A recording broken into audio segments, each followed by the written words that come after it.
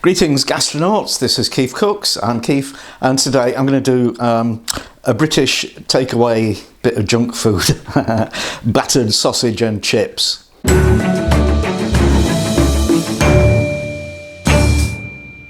So I'm only doing this because 3 people have requested it. That's Brenda Rigdon, Dan Bobbs and A. James Riley.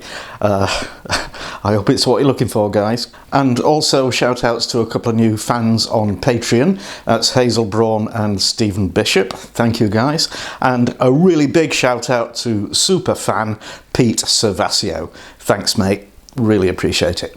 Okay, battered sausage. Well, I don't actually eat these things because they're pretty disgusting from the chip shop, but you know, because I loves you, I went to the Chippy and got a battered sausage and chips.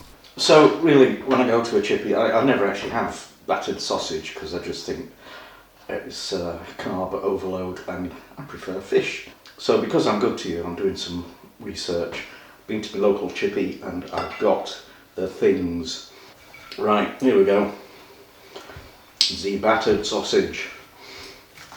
They also actually sell them unbattered in that Chippy, which is possibly a healthier option. Oh my god. Does that look appetising to you, or even edible? Well, now I'm scared. Right. Oh, that looks... Ugh. I haven't even tasted it yet. Oh my god. Well, it's actually okay. It's kind of savoury, almost meaty flavour, but I really wouldn't want to read the list of ingredients on this, wherever it's come from. Anyway, I shall force myself to eat it, and then we'll see if we can... Well, I don't think I'll try and replicate it, because I know I can do better, but we'll do that. Alright, later. Right, first thing you want to do is sort out your sausage. You're more than likely going to buy sausages of whatever kind you like, but me being me, I'm going to make some, and I'm going to try and emulate a thing called a saveloy. Now, as far as I can tell, there's a lot of variations in recipes for saveloys on the interwebs, and also between different countries. Apparently, you know, saveloys in Australia sound more like frankfurters to me, but anyway, I don't know about Australia, I know about Britain, and I know that British saveloys are bright red and horrible, so we'll sort of have a go at copying that slightly. They won't be horrible. My wife says don't make them horrible like the real ones, so they'll be nice. Anyway, ingredients. I've got a half kilo of fatty minced pork. That's 12%, in fact I might add a bit more fat.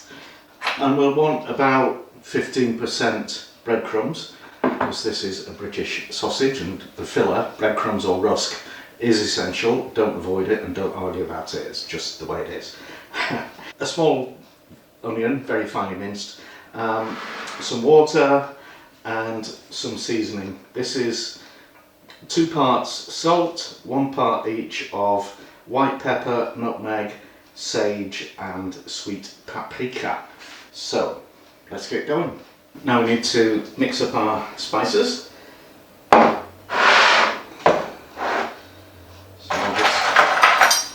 So I'll just pop them all into this jar.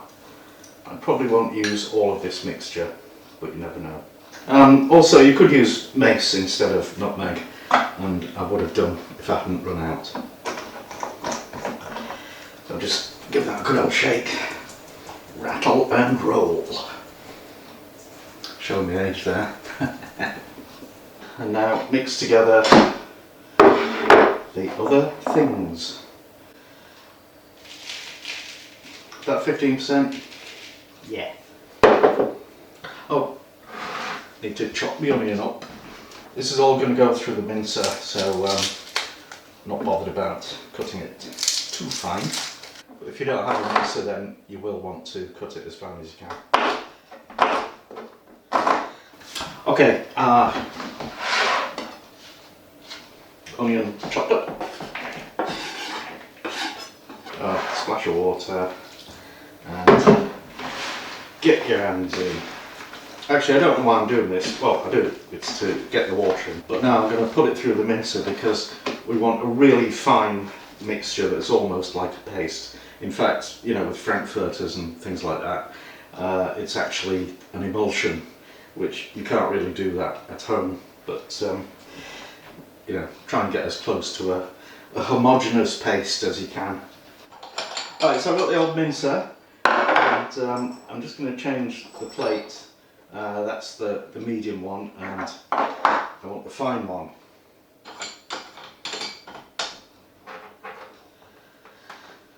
Okay, let's chuck some goop in and switch it on.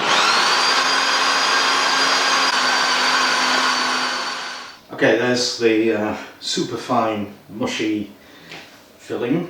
Yeah, paste. Yeah. Now I'm gonna make sausages. So I've got the biggest sausage stuffing thing attachment that I have, which actually isn't that big, and just need to fit that onto the what's it. And then I've got some collagen casing. I don't think natural casing is going to work for this. And actually, I could possibly do with a wider diameter, but this is the biggest one I've got. So, just tie a knot in the end. I'm just going to prick a little hole in the end as well, so that the air will come out as the meat is being pushed in. And then I need to fit this onto the stuffing tube.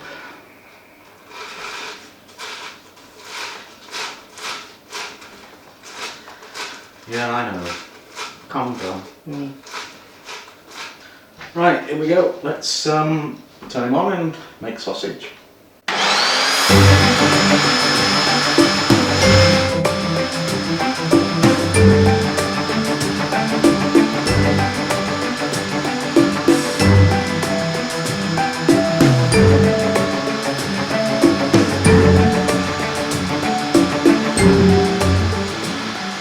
Right, well, that was slightly a disaster. You don't want to know, but my skins were breaking and stuff happened. Anyway, I've ended up with 3 jumbo-ish sausages, and you know, I thought they would come out bright red with all the paprika, but clearly they haven't. They've come out beige, but I'm pretty sure they're going to be real tasty.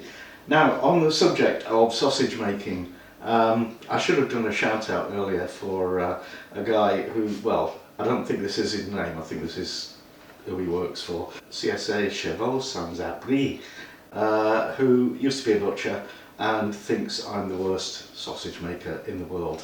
He could be right. However, look at that! Hey, that looks pretty good to me. Anyway, what you need to do with these before you batter them is boil them.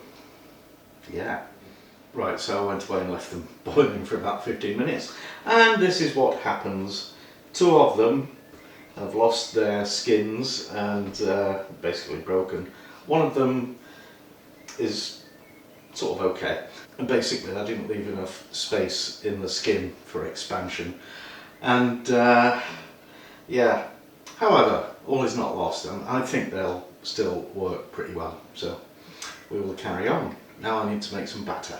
Right, ingredients for the batter. I've got a cup of flour, it's about 100 grams, that's self-raising flour, half teaspoon of salt, half teaspoon of bicarbonate of soda, and a cup of beer. This is actually Old Speckled Hen, which is possibly not the ideal kind of beer. You should really have a light one, or even unsweetened carbonated water or something, but it's just to give it some fizz. And right, so let's make it up. Half teaspoon of salt, half teaspoon of bicarb, more fizz, some of the beer. That's about the right consistency. Cheers. Okay, for the chips, I've done brick chip recipes before, but I'll just recap. you peel your spuds, you chop them into, you know, quite large bits, because they're not French fries, they're actual cooked potatoes. And you can do that ahead of time and put them in cold water. That also rinses excess starch off them, which is a good thing. So I'll just drain them and get them dry.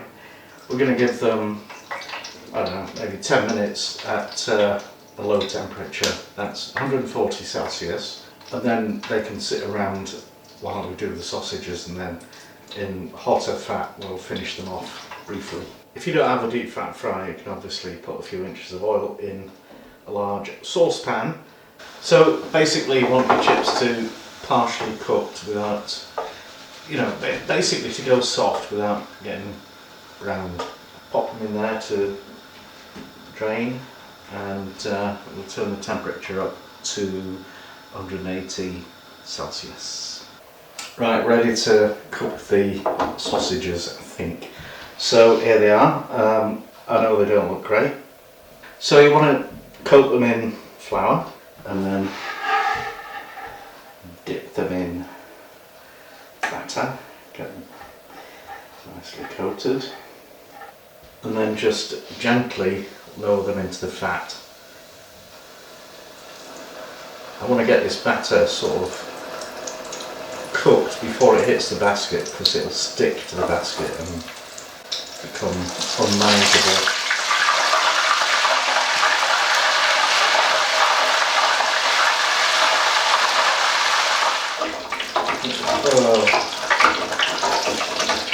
Yeah.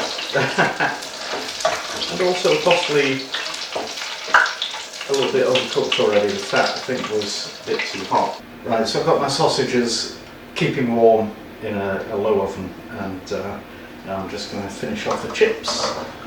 Just throw them in there. This is at a high temperature. That'll maybe take a minute or two to just go brown and crispy. Okay, that'll do fine. So here we go. Retro presentation, because it's really a retro meal. I just can't believe that chip shops used to be allowed to serve fish and chips and other stuff in newspaper. So, you know, a portion of printing ink with your fish and chips, no problem. Anyway, I'm actually looking forward to this. Well, there it is. Yeah. Well, I certainly think that looks better than the one I got from the Chippy the other day. Well, it's not like the Chippy one, obviously. That is actually something I want to eat. It's yummy. Battered sausage and chips. Unbeatable. And that's that. I hope you enjoyed it. Please do the usual. Shares, likes, comments, donations, patronage, all that good stuff. Thank you for watching, and see you next time.